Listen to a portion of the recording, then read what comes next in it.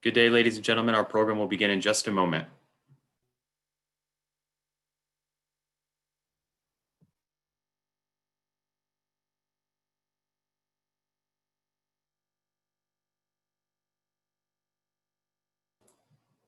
Good day, ladies and gentlemen. Our program will begin in just one moment.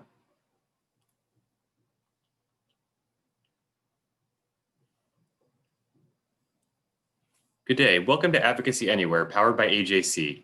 Advocacy Anywhere is AJC's digital platform that enables you to engage with AJC's global expertise, content, and advocacy from wherever you are. Today's program is brought to you in partnership with Jewish Insider. You can sign up for Jewish Insider's daily kickoff by visiting www.jewishinsider.com. Yesterday, AJC released its first ever State of Antisemitism in America report based on parallel surveys of American Jews and the general public about anti-Semitism in the United States. Joining us today for an in-depth analysis of the report's findings and what they mean for efforts to combat anti-Semitism in America are Avi Mayer, AJC Managing Director of Global Communications, and Holly Huffnagle, AJC U.S. Director for Combating Antisemitism. Dan Elbaum, AJC Chief Advocacy Officer, will be moderating today's discussion. After we hear from Dan and our esteemed guests, time permitting, we will take your questions. You may email your question to questions@ajc.org, that's questions plural, or use the Q&A feature in Zoom. With that, Dan, I now turn the floor over to you. Thank you, Daniel, and welcome Holly and Avi. Before beginning, today marks the second anniversary of the horrific Tree of Life massacre in Pittsburgh, Pennsylvania, where 11 Jews were killed for no other reason than the fact that they were Jewish. Before beginning this program, I'd like to ask all of you, no matter where you are in the world, to bow your head briefly in a moment of silence after I read the names of the 11 victims.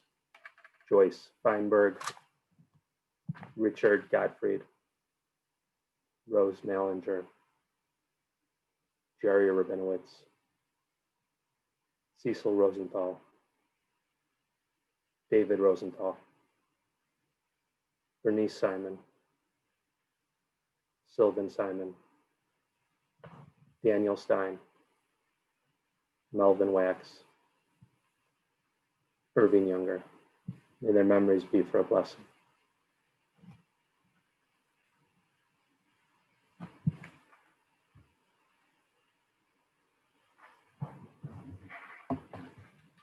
Thank you.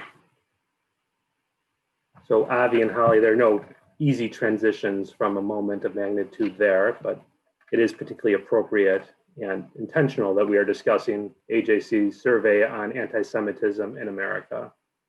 Avi, I'd like to start with you. 1 year ago, on the 1 year anniversary, we released our first ever survey on American attitudes on anti-Semitism. Can you share a little bit of our thinking on releasing this survey on the second anniversary, and what is different between this survey and last year's survey? Thank you, Dan. We at AJC believe in data-driven advocacy. We believe that whatever it is that we're arguing for, it is much more compelling when we have the facts at our fingertips. That was one of the main reasons why we commissioned the survey last year, in order to see where American Jews were at when it came to anti-Semitism, how they were feeling, how they were experiencing it.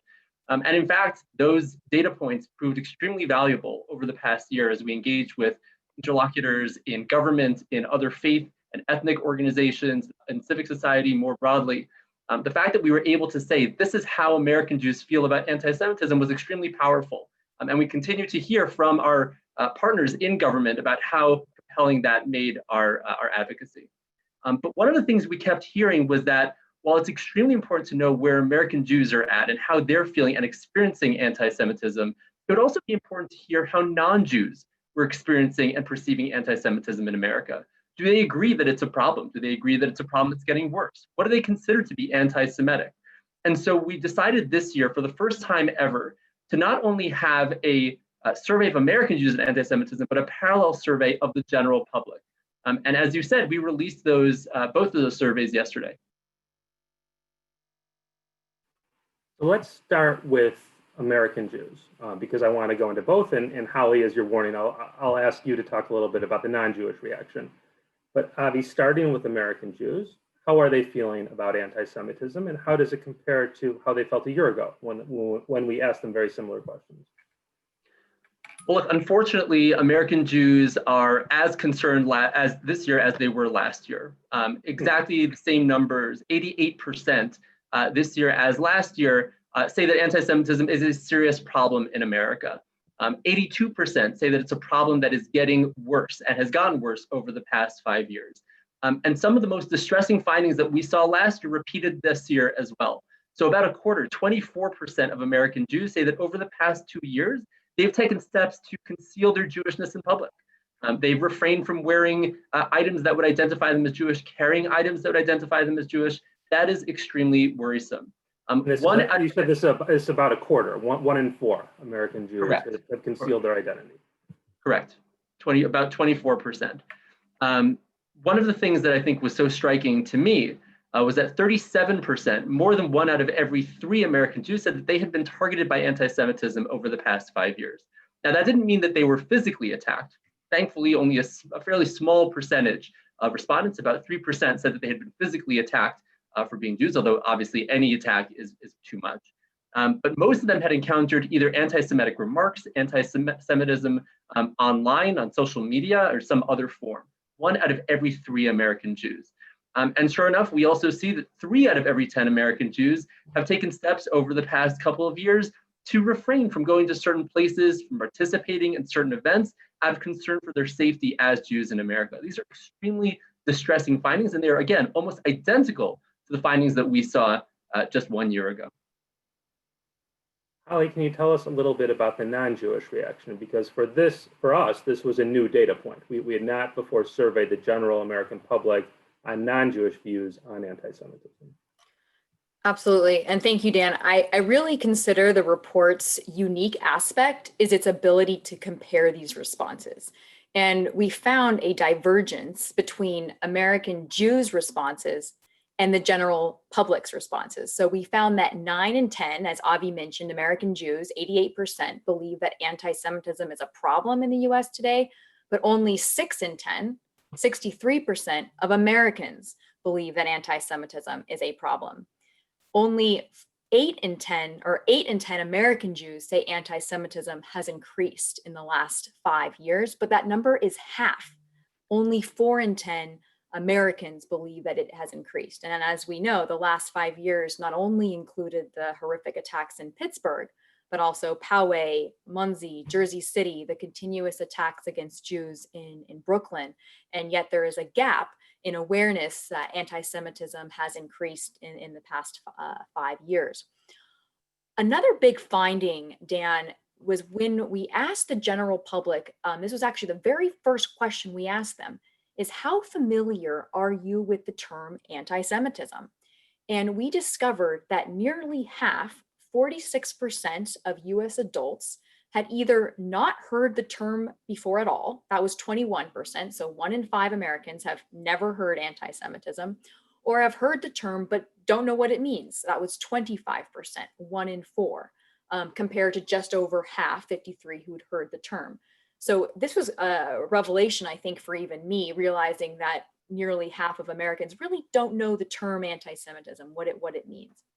And finally, this point actually brings up another question.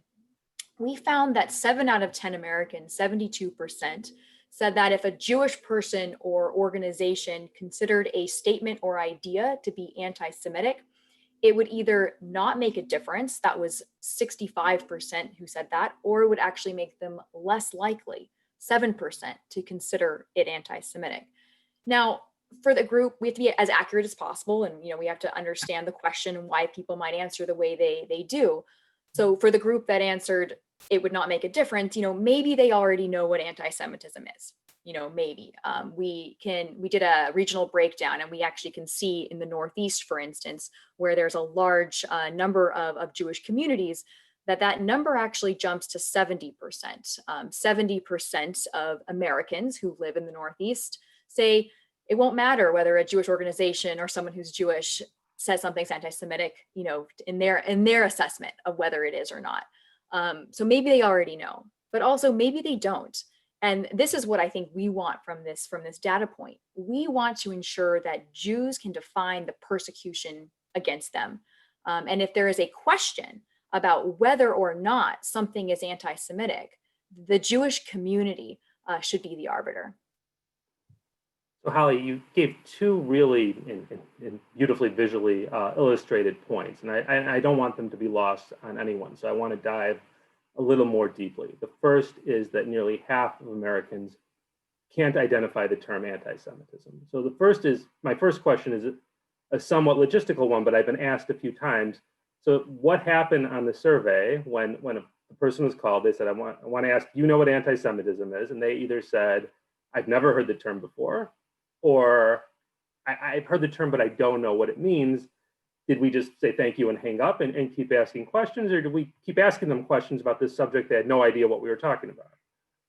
So that was the first question. And then the second question we asked, which was about the state of anti-Semitism, whether it was a problem or not, we explained what anti-Semitism was. So we said, do you think that anti-Semitism, which is hostility toward Jews, is a problem in the United States today? And that same group of people, even if they weren't familiar with the term before, proceeded with answering the question once they were told what anti-Semitism was. Okay, so it's an important point for people to understand, is that they knew what they were answering questions about when they gave those other answers. Now, actually, as I'm thinking about it, I'm going to come right back to you on your other point, Holly, but Avi, just in terms of the survey itself, because I know you played such an important role in its creation, I imagine there are some who might say, was this a real reflective survey? Did this really reflect different views? So can you just spend a minute or two talking about the methodology and steps we took to making sure that this was an authoritative survey? Absolutely. So we worked with a national opinion research firm called SSRS. This is a company that has worked with CNN, Pew, some of the largest names really in the game. We worked with them to develop a highly scientific survey. This is something that was extremely important to us. We wanted to make sure that our data was absolutely ironclad, bulletproof, that it could not be challenged in any way. And we went out there and we challenged them to get us as big a sample as we possibly could. And we were extremely pleased to receive a sample of 1,334 American Jews. It is the largest sample we have ever worked with at AJC. It is one of the largest samples of American Jewry that has ever been used in a scientific survey. And we know that it is also a representative sample of the entire Jewish community. So we have folks there of all ages, denominations, political leanings, parts of the country. This is something that, again, was extremely important to us in order to ensure that the data was absolutely reputable and that we could rely on the findings that we received today. Okay, perfect. So Holly, back to you on the third statistic, but Avi, you might want to jump in on this as well. And that is the lack of deference that many Americans, non-Jews, say they have toward Jews and Jewish organizations when identifying what anti-Semitism is. So Holly, you're our U.S. Director of Combating Antisemitism. I guess, why does that matter on some level? Why do they need to take into account our views on that? That we're defining prejudice here, where one can assume that these are people who understood once anti-Semitism was explained to them what the term actually meant, that this was something negative. What is wrong, what is troublesome about this answer to you? The most troubling point was the 7% who actually said that it would make them less likely, like if someone who was Jewish said this is anti-Semitism, they would be less likely to think that, this was hatred against Jews. And that was the biggest shock for me. I think within that 65% data point, we might have some people, non-Jews, that maybe think they know what anti-Semitism is and they're pretty confident in that. I think the issue, Dan, and this is something that we're seeing, and we've been seeing it recently in the last few years, is this lack of deference to the Jewish community to define anti-Semitism, to define that persecution against them. We look to African Americans, to define anti-Black racism. We look to the LGBTQ community to, define homophobia or transphobia. We look to the Muslim community to define Islamophobia. So that same, kind of equal measure should be applied, to the Jewish community. And I think there's a gap here and we're missing that. And that's something we want to use this data point and move forward and say, we need to define what is anti-Semitism. Agreed. Avi, nothing to add on that? No, I think Holly put it beautifully. I mean, the notion that we wouldn't listen to Black voices in determining what is or is not anti-Black racism is completely unthinkable. And the notion that standard would not be applied to the Jewish community as it is to virtually any other community experiencing hate or prejudice in any way, I think is extremely troubling. And that's something that I think we will definitely take forward as one of the takeaways from the survey, and something that we really need to work on within American society. So I'm asking our audience to keep that point in mind in terms of deference to the Jewish community. And this is as I turn to you, Avi, to speak about where Israel fits into this discussion. Now Israel, like any other nation, is subject to criticism of its policies, but you and I and Holly also know that there is a line between anti-Israel legitimate criticism and when it veers off into anti-Semitism. And indeed, certainly on social media, but within our public discussions in print media, even in the halls of the floor of Congress or in the White House, these lines can be blurred and questions can be asked. So what did the survey specifically tell us in terms of American Jewish views on the intersection between anti-Israel and anti-Semitism, as well as non-Jewish opinions? Well, exactly, Dan. As you said, Israel has become a part of this conversation. We've seen quite a lot of anti-Israel rhetoric that we feel crosses a certain line from legitimate criticism into what Natan Sharansky has called the 3Ds: delegitimization, demonization, or double standards towards Israel, which he characterizes as anti-Semitic. And in fact, our surveys found that the overwhelming majority of both Jews and non-Jews in America agree that there is a line that you cannot cross, and when you do cross it, you're really veering into something that is clearly anti-Semitic. Let me pull up the data right here. We asked respondents whether the statement "Israel has no right to exist" is or is not anti-Semitic. And overwhelmingly, 85% of American Jews and 74% of the US general public said that, in fact, it is. What this tells us very clearly is that anti-Zionism, which again is the notion that Israel has no right to exist, is regarded as anti-Semitic by the overwhelming majority of both American Jews and the general public. And it's important to note that this cut across all differences of political affiliation, of age. We saw that young people and old people, Democrats, Republicans, conservatives, liberals, folks from across the country agreed overwhelmingly that anti-Zionism is indeed a form of anti-Semitism. That, of course, is an extremely important takeaway from the survey. We also asked them about two other statements. We said, do you believe that statement, the US government only supports Israel because of Jewish money, is anti-Semitic? And do you believe that the statement, American Jews are only loyal to Israel, are more loyal to Israel rather than to America, is anti-Semitic? And here you see a little bit more variation. Where 84% of American Jews said that the first statement was anti-Semitic, that number dropped to 55% amongst the general public. And when we asked American Jews the second question, that again got us an answer of about 76%, which is fairly overwhelming. It's over 3/4 of the population, but only half of Americans believe that the notion that American Jews who live in the United States are somehow more loyal to Israel than to the United States is anti-Semitic. That's, I think, quite dangerous. Because this is a fairly common conspiracy theory, the notion of dual loyalty, that somehow Jews are not loyal to their countries of birth, the countries in which they reside, and are instead more loyal to another. That, I think, is something that really does require a great deal of investigation, and perhaps a campaign of education on the danger and the perniciousness of these conspiracy theories and the impact they have on the Jewish community. Let's stay on this for another minute, because you're making a very important point.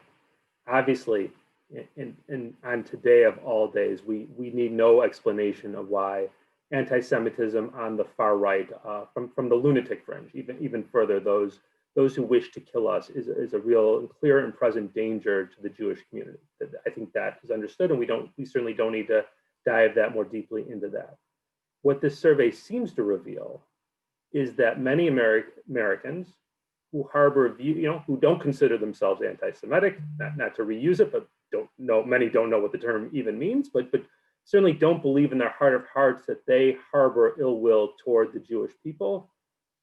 Here's something that we clearly regard as an anti-Semitic trope or dog whistle, and don't find it objectionable, and have also answered that they're not necessarily so interested in our opinion of why it is anti-Semitic.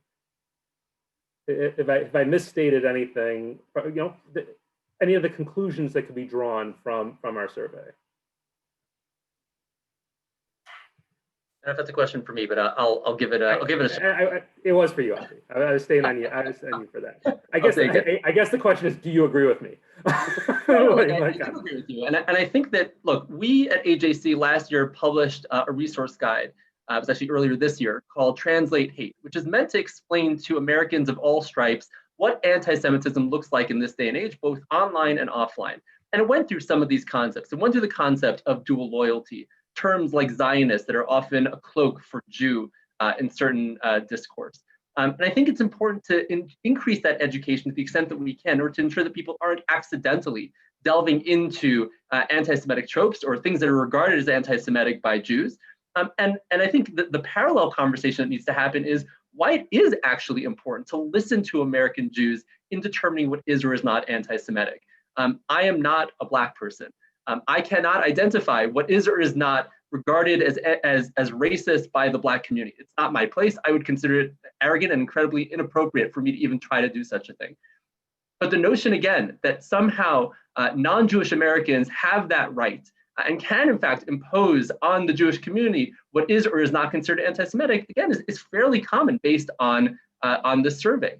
I think that, again, imposes on us a responsibility to have that conversation with broader American society and consider why it is that Americans feel that American Jews do not have that right and cannot define anti-Semitism, and then perhaps have a conversation about why, in fact, we need to be listening to American Jews in determining what is or is not an expression of bigotry towards them. Exactly. And Avi, as we leave the subject of Israel, and Holly, I'm going to turn to you on social media and the questions there. I'd be remiss, Avi, if I didn't add that we were honored that you could represent us today in front of the Knesset when you were specifically asked to testify about the survey's findings. I wonder if there are any questions or anything you wanted to share from that experience, or anything that left out from sharing your testimony at the Knesset, the Israeli parliament. Well, it was a moving affair. It was a commemoration of not only the attack in Pittsburgh, but also the attacks in Poway, California, and in New Jersey. And I think what was really so powerful about it is that you had legislators from several different Israeli parties coming together with representatives of the American Jewish community to commemorate the lives lost and to sort of recommit themselves to combating anti-Semitism in all forms. I can tell you that the legislators were shocked by some of the findings that we presented, particularly the finding about the ignorance about anti-Semitism in American society. I think drew audible gasps in the room. And I think that really just highlights the importance of working together with their interlocutors in the Israeli government and governments around the world to combat anti-Semitism as a truly global problem. Thank you. Holly, jumping over to social media, and I know, but perhaps the audience doesn't, that you spend a fair amount of your time in conversation with social media companies and other executives there. And as one quick plug for the organization, tomorrow on Advocacy Anywhere, we are thrilled to have Facebook Vice President Monica Bickert speaking with David Harris, AJC CEO, about recent steps Facebook has taken to curb Holocaust denial and other things that they are doing and working on in the fight against hate. But specifically turning back to the survey, what does the survey tell us about both American Jewish opinions and American non-Jewish opinions about social media and anti-Semitism? Absolutely. So we asked several new questions related to online anti-Semitism this time around that we did not ask in 2019. And we did this because I think when we look at the future of anti-Semitism, we know it's the digitization of anti-Semitism, which really is the biggest and farthest reaching battleground. The internet is where all sources, when we talk about the far right, the far left, from religious extremists, including Islamist extremists, the internet's really the one place where all of these different sources, exist simultaneously. And we wanted to have more accurate information about how American Jews are experiencing anti-Semitism online and on which platforms. Again, as Avi mentioned, to really drive our advocacy. We want to go to these tech platforms with the most accurate information in order to ask them to define anti-Semitism, to take it off their platforms, et cetera. And we found in this survey, the one that was released yesterday, that 1 in 5 American Jews, 22%, have experienced an anti-Semitic attack or a remark online or on social media in the last 5 years. Of this group, 62% said they had been targets of anti-Semitism on Facebook, Now, of course, this represents, most American Jews are probably on Facebook, so this was the highest number, but still 62% had experienced anti-Semitism on Facebook, followed by 1/3, 33% on Twitter, 12% on Instagram, 10% on YouTube, and there were a few other platforms we engaged with, we mentioned as well. And again, that number won't add up to 100 because the respondents were allowed to choose more than one platform where they experienced anti-Semitism. Another question that we asked, though, Dan, was we asked if in the last 2 years since the Tree of Life synagogue shooting, if they had avoided posting online, content online that would identify them as Jewish or reveal their views on Jewish issues. And we found that 1 in 4, 24% of American Jews have actually avoided posting something online since Pittsburgh because of that, that fear. There's also a real concern that I think not only at AJC but in the broader American Jewish community, that what happens online doesn't always stay online. And we saw this, even going back to Charlottesville, where the neo-Nazi, one of the neo-Nazi leaders, Robert Ray, actually said, we're stepping off the internet in a big way. We've been organizing, sharing our memes, and here we are, we're coming out. But we saw this in Pittsburgh, with the Robert Bauer, with what he posted on Gab. We saw this in Poway, how the white supremacist manifesto that was shared on 8chan informed the killer in Poway. And so we know how critical it is to our efforts that anti-Semitic content that's online is reported and it's removed. So this is really one of the main reasons why AJC has these relationships with major tech companies and are working with them.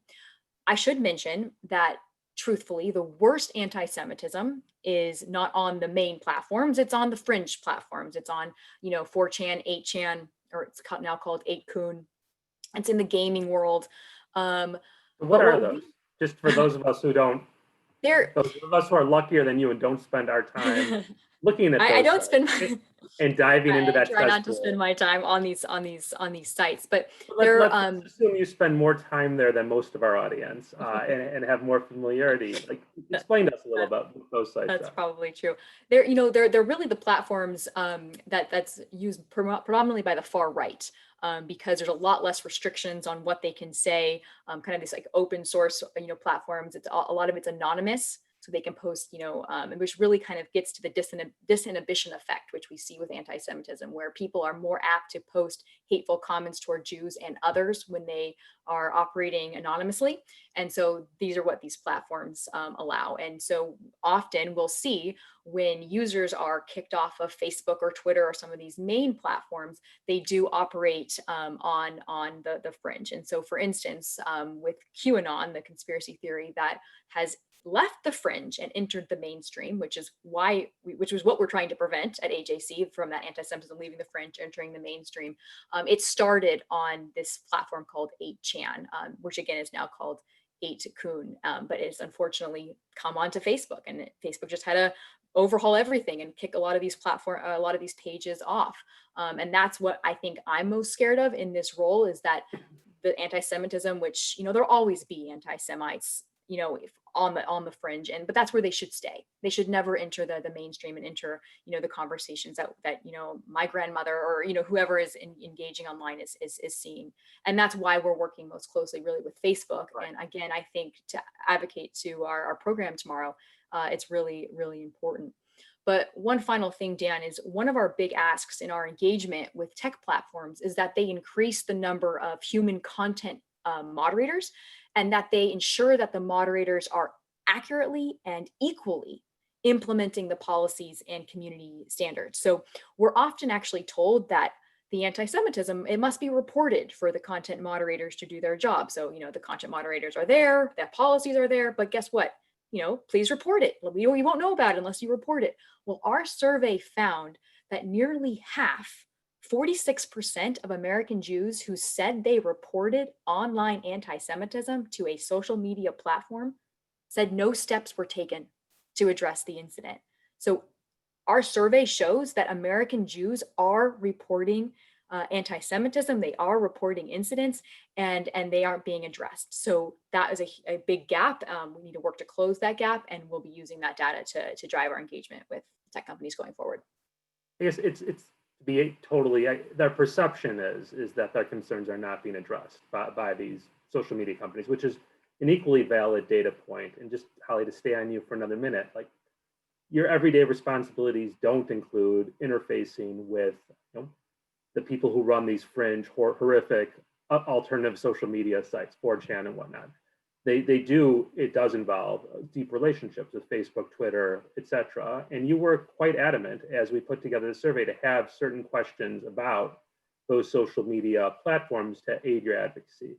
Can you speak for another minute or two about how you plan to use the survey results in those meetings? You identified one in terms of monitors and in the perception of American Jews that their concerns weren't being addressed. Are there other areas that we really can use the survey to hit home in those discussions? Two ways at least, and again, I'll be thinking about this further in the weeks ahead. The first is with that reporting, what I just mentioned. I have heard, again, in conversations with some tech platforms that it needs to be reported. And what I want to be able to do is actually disaggregate the data. So, we know that 46% amongst all platforms said that, one of the platforms didn't take care of their incident reporting. I want to know which one. I want to look at and see, well, what was the percentage on Facebook? What about Twitter? Which tech platforms were more responsive to American Jews reporting anti-Semitism, and actually use that data to go to these platforms and say, what can we work on? How can we fix this?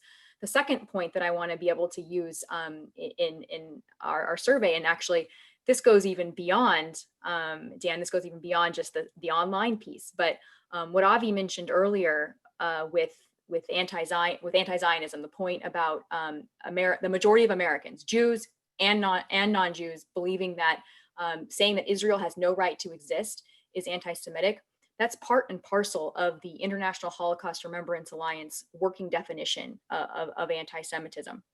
And I think it really actually adds fodder to our advocacy, saying that the majority of Americans actually agree with this. And how can we incorporate that section on anti-Zionism into understanding anti-Semitism and Facebook's policies or Twitter's policies? And I think this will really help us going forward when we work to define anti-Semitism so that content can be removed by the moderators or by artificial intelligence. That's terrific. And if I know our audience viewing, and I think I do, I am guessing there will be a question about the working definition. So I'm not going to ask you about that now, but we'll come back to it in what I regard as the unlikely event I'm wrong that we don't get a question about that. But Avi, let me turn to you, and let me begin this question by saying that words that all of us could recite if we were woken up at 3 a.m, because our general counsel has drilled them into our head, that AJC is a nonpartisan organization. We do not support political candidates. So we're a 501c3, but it goes deeper than that. It's part of our philosophy of advocacy. That being said, we are only a few days away from an election, which is on everybody's mind. And I think it is accurate to say the last few years have had serious allegations of anti-Semitism in both political parties coming against various office holders. We made the purposeful decision to ask American Jews what they thought about anti-Semitism on the right and left in both political parties. And I'm asking you what did they tell us?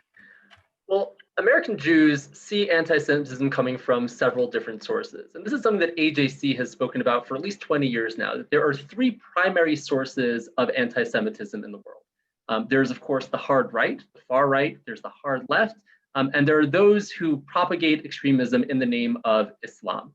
And what we saw from this survey, and again, we saw it last year as well, is that American Jews do regard all 3 of those groups as a threat. They view them as sources of anti-Semitism and something that is dangerous to their lives as American Jews, but not to an equal extent. And so if you look at how American Jews regard the far right and the far left, they view the far right as constituting a far greater threat to American Jews than the far left. Approximately 89%, 9 out of every 10 American Jews said that anti-Semitism from the far right was a very serious issue and posed a threat to American Jews. Only 61% said the same of the far left. And so there's an inequality there. Yes, we're talking about majorities, but there is clearly a difference in their perception of anti-Semitism from both sides of the political map. it is important to know that 85% of American Jews did regard extremism propagated in the name of Islam as an anti-Semitic threat to American Jews. Right. And although you're right, there is obviously a disparity. They were, even those who identified as Democrats were able to see it within their own party, and those who identified as Republican also saw it in theirs, showing a balance. Correct. So, Yeah, I mean, look, one of, sorry. No, go ahead. No, I think one of the important points is what you just mentioned. It's obvious, of course, that perhaps those who would identify as Democrats saw anti-Semitism primarily in the Republican Party. Those who identified as Republicans saw anti-Semitism primarily in the Democratic Party. But members of both parties, folks who identified with either party, were also able to detect at least some anti-Semitism within their political homes. And I think that really sort of presents us all with a challenge, with our political leaders, to also look within. It's very easy to point without and to see anti-Semitism elsewhere. It's much harder to root it out from within, particularly when it's within your own political camp. But what we're seeing from American Jews is that that is absolutely necessary. Okay, so Daniel, our moderator, is politely telling me we have a ton of questions, so I should stop talking and let our audience ask theirs, but I'm going to ask one final question using the moderator's privilege, and it's a simple one, but I think an important one, and I'm asking both of you, is why after this call should I not just go into my bed and put the blanket over my head and just sort of like shake for a long time as I think about all the different problematic things that you've told me over the last 35 minutes? Is there any hope I can glean from the survey? Is there any good news that is out there? And Holly, let's start with you, then I'll let Avi tackle. Thank you, Dan. You should not go hide in your room in a blanket. You should. There's actually, I think, some hopeful points out of this survey, and I'll just share one. There are others, but one that's near and dear to my heart is the issue of Holocaust education. And when you look at the survey, yes, we see that 1 in 4 U.S. adults say they know nothing or very little at all about the Holocaust. And if that's the headline that's capturing news, we kind of, oh my gosh, 25% of Americans don't know about the Holocaust. But I think it's so important to look at the flip side of that data. 75% of US adults know a lot or some about the Holocaust. In fact, 37%, that was the number, 37% of Americans know a lot about the Holocaust. And this is actually quite a large number. And I think one of my most hopeful data points, Dan, was we asked actually both the Jewish Americans and the general public if Holocaust education was important to be taught in middle school and in high school. And we found that 90%, 9 out of 10 Americans said it was important, whether very important or somewhat important, but it was important to teach about the Holocaust in schools. And I don't know if we asked the survey of the general population of every other country in the world, if we would get that high of a number. And so we do need to ensure the Holocaust is taught in schools and explain anti-Semitism with it, and that it didn't end with the Holocaust, and connect it to the 21st century problems we're having, and teach the younger generations, what happened, but what they can do to fight it now. Great. Avi? There is a silver bullet. It may not be perfect in every way. It may not answer all of our questions, but it answers many of them, and that is education.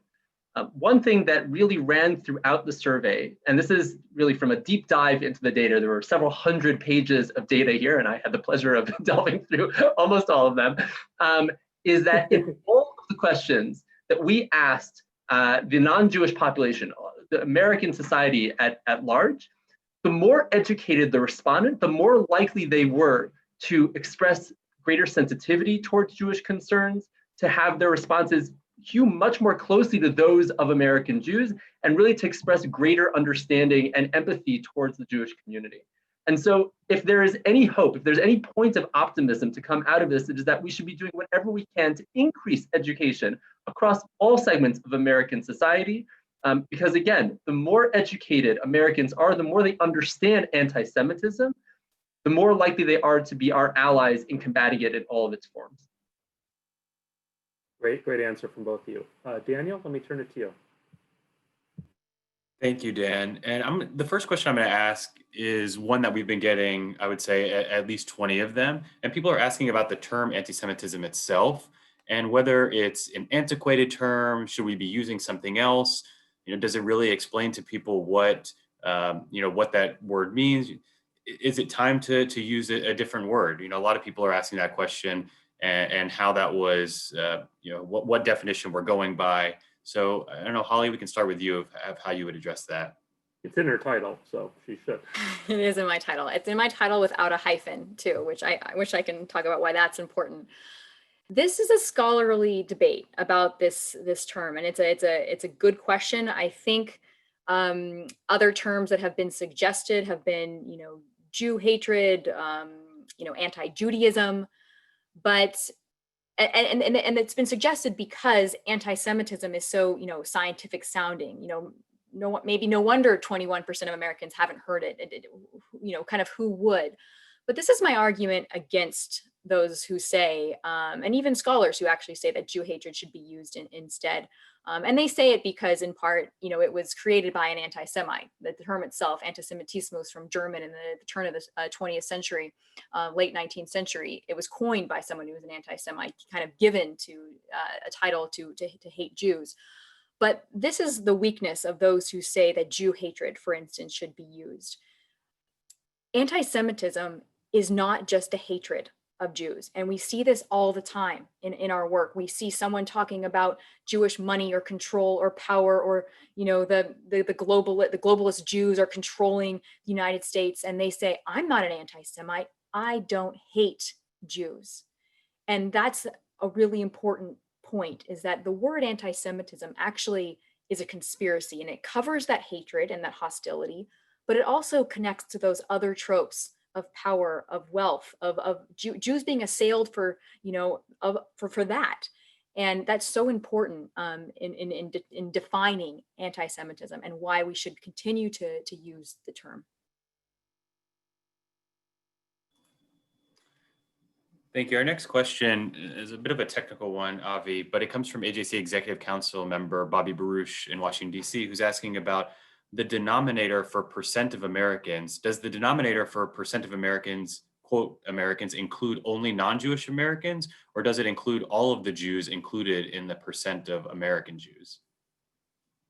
So the survey of Americans in much a broader term is, in fact, a cross-section of American society. So it does include a small number of American Jews, rather. But again, it is a comparatively small percentage, reflective of the percentage of Jews within broader American society. And so it did not have a significant impact on the numbers this way or that. We are, in fact, able to delve a little more deeply into the data to see how people identified by religion, by ethnicity, and so on. We can, in fact, exclude Jews from those numbers, and we see that the figures are almost identical to those that we have with the Jews included.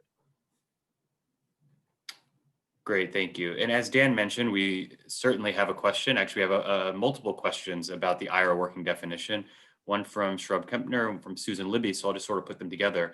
Holly, can you talk a little bit about how the IrA definition fits into this conversation, or how it fit into the survey itself? Absolutely. So it's going to be, continuing to fit into our conversations. We were already advocating for the IrA definition before the survey. We're going to continue advocating for the IrA definition after the survey. But what this survey reveals, and I already mentioned it before, but I think it bears repeating, is there is a need for a definition, especially since 46% of Americans really don't understand the term. So that's a big advocacy point in our engagement with members, of Congress or state representatives or local governments. Wherever we're engaging, we can say there is this need. And I think the other piece is with the examples. We talk about the examples of the IrA definition include anti-Israel anti-Semitism. And again, we can point to our survey with how Americans answered. And even those charged with dual loyalty and Jewish money, those examples that there were a little bit weaker for Americans, we can show that this is why this definition is needed, because it helps explain why these tropes are actually anti-Semitic. And also within our engagement online as well, I think when content moderators are trying to enforce the policies, and we see across the board just the different ways that anti-Semitism manifests online and in different languages, I should add, and that looks very different. The IrA definition is just such a useful educational tool in having these content moderators better understand anti-Semitism in a way that AI, artificial intelligence, really cannot. And so we'll be using our survey results to actually go forward in all these different avenues, starting now, but really in the year ahead. Thank you, Holly. Our next question comes from AJC Honorary President John Shapiro. Avi, I would be interested to know the demographics of the non-Jewish participants in the survey. Is there any information on age, location, religious, or other group information you have? So we do. As I said, there are several hundred pages of data, and we're still delving through some of them. But we do, in fact, have breakdowns by ethnicity, by religion, by geographic region, and others. And what that enables us to do is identify specific challenges within specific segments of Israeli society, of U.S. society, rather. The fact that we have demographic information enables us not only to look at America as one cohesive whole, but to really delve deeper and see how we can engage more closely with other faith and ethnic communities, where the challenges are within perhaps this or that political party, and ensure that we are engaging in these conversations in the most effective way possible, that we are engaging in advocacy that is specifically targeted at the challenges wherever they appear. And this is something that, of course, we will do not only in the weeks, but also the months and years ahead. Thank you. Our next question comes from Sheila Melman in Chicago.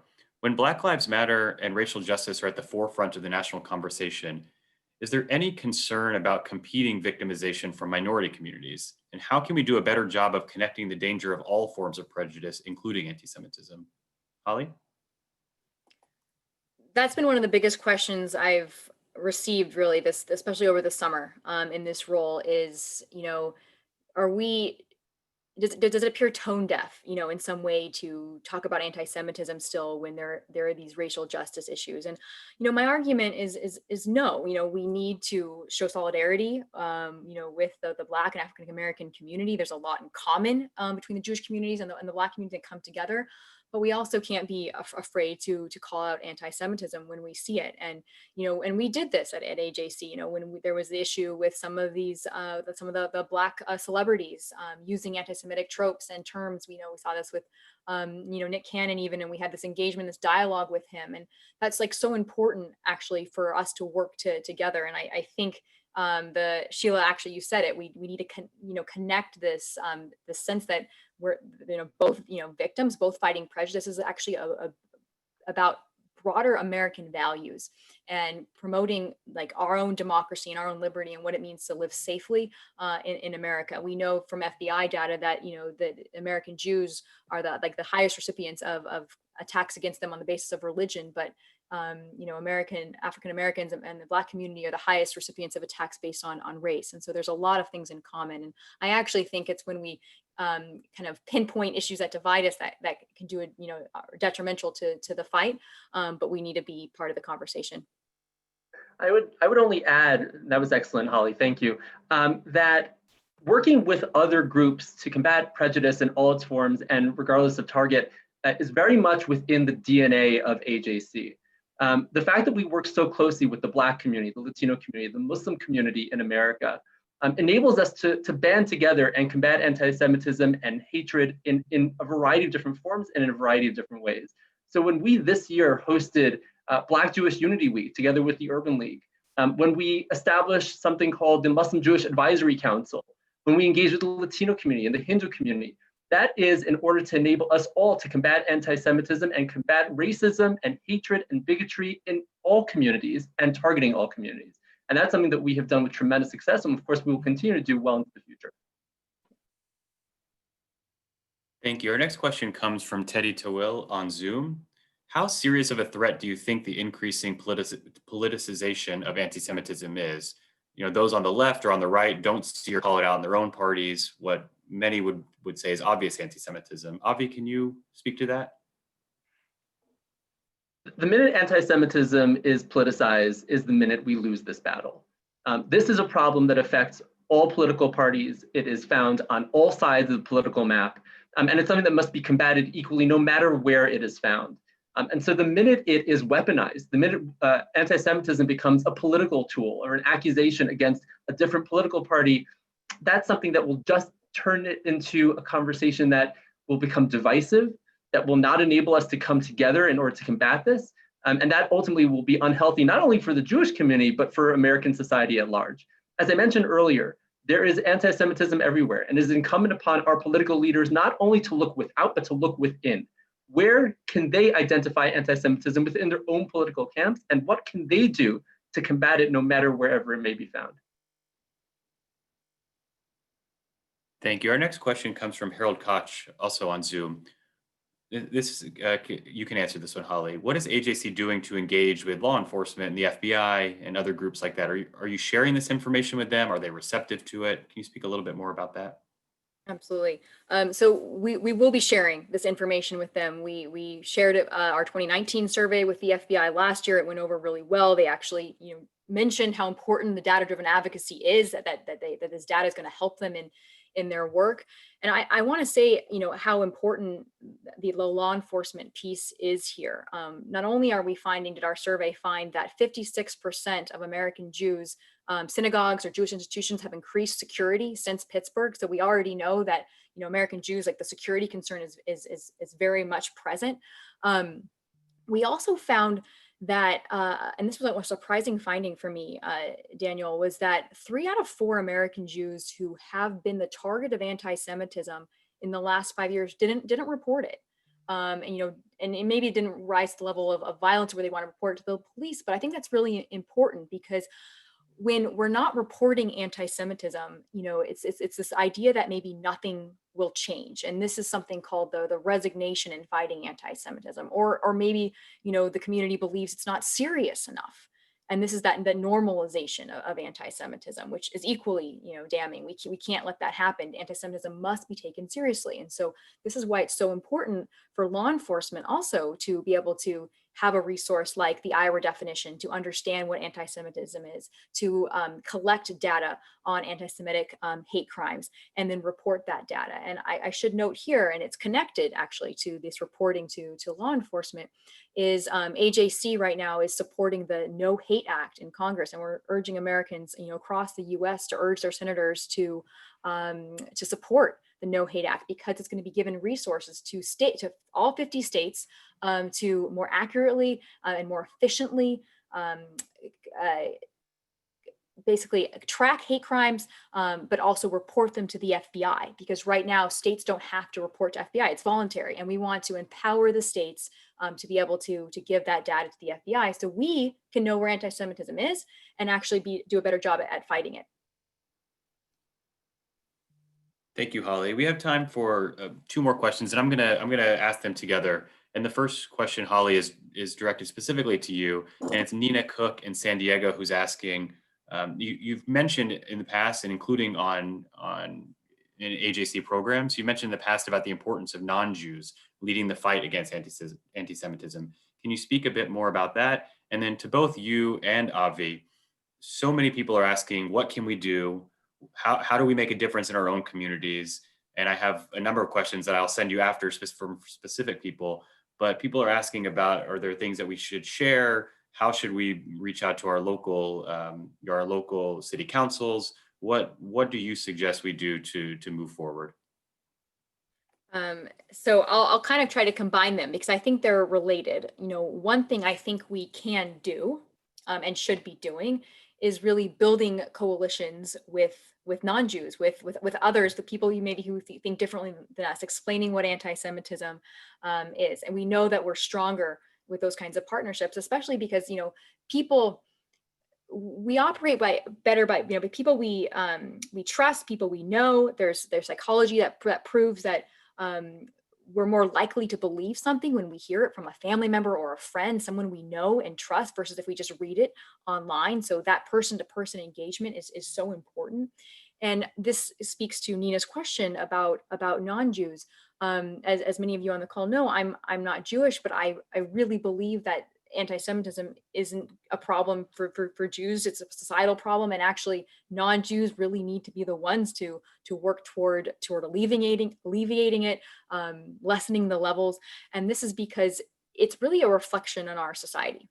Anti-Semitism has been called, society's early warning sign, the barometer of the health, like things that, what starts with the Jews doesn't end with the Jews. We've heard these phrases before. But when we're fighting anti-Semitism, it's protecting the democracy, our values, our liberty as Americans, and it's existential to all of us. And that's the message that I think I and others here want to carry forward to our non-Jewish partners, that we're really, we're fighting also Islamophobia. We're fighting, other anti-Black racism. We're working together on these issues, and that's what's going to bring us together and hopefully lessen these levels of hate. Holly put that so beautifully, but I'll add 3 more points, and they can all be found at ajc.org/antisemitism report 2020. That's ajc.org/antisemitism report 2020. If you look at the page on the right side, there's a little box that says take action. If you click on that, you can support that legislation that Holly talked about earlier, the No Hate Act, which empowers the local authorities across the country to report about hate crimes in their jurisdictions in order to enable the FBI and federal authorities to address them more comprehensively. If you scroll to the bottom of the page, you'll see a box highlighting that resource I mentioned earlier, Translate Hate, which will give you the tools to identify, combat, and if necessary, report anti-Semitism in all its forms, both online and off. And if you go to the top of the page, you will see the 3 boxes with the Anti-Semitism Survey of American Jews, the Survey of the General Public, and the comparison of the 2. Share that information. Share it with your neighbors, with your friends in other faith and ethic communities, with your legislators. Set up a conversation with your local mayor or city council member and say, this is how we feel. American Jews are concerned. We see that this is a problem that is affecting not only us, but really the entirety of society. Look, all of Americans agree that this is an issue and we need to be taking it seriously. Only then will we be able to combat this in a comprehensive way, and only then will we see this country that we all love so dearly become much more hospitable, not only to Jews, but really to all people. Well, thank you, Avi and Holly. You have both successfully convinced me not to go under my covers right now. But in all seriousness, I do take tremendous inspiration from the work that you do and our colleagues across the country and indeed around the world do to combat anti-Semitism. We're not giving up. This survey in many ways is a stark reminder of the challenges in front of us, but at the same time, it is also a reminder of the work that we need to do and the work that all of us need to do. As Avi said, I would urge everyone, if they want to learn more about this survey, right now it's on the front page of the website at ajc.org, so you can see all the data that's discussed and take the action steps that Avi outlines.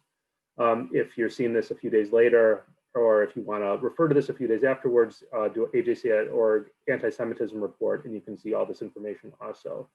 So with that, let me thank you, Holly and Avi, and Daniel, I'll turn it over to you to close. Thank you, Dan, and thank you, Avi and Holly. I'd also like to thank our audience for joining us today. And if you enjoyed this program, I'll give you one more action. Please consider making a donation to AJC at ajc.org/donate. Thank you, everyone, and goodbye.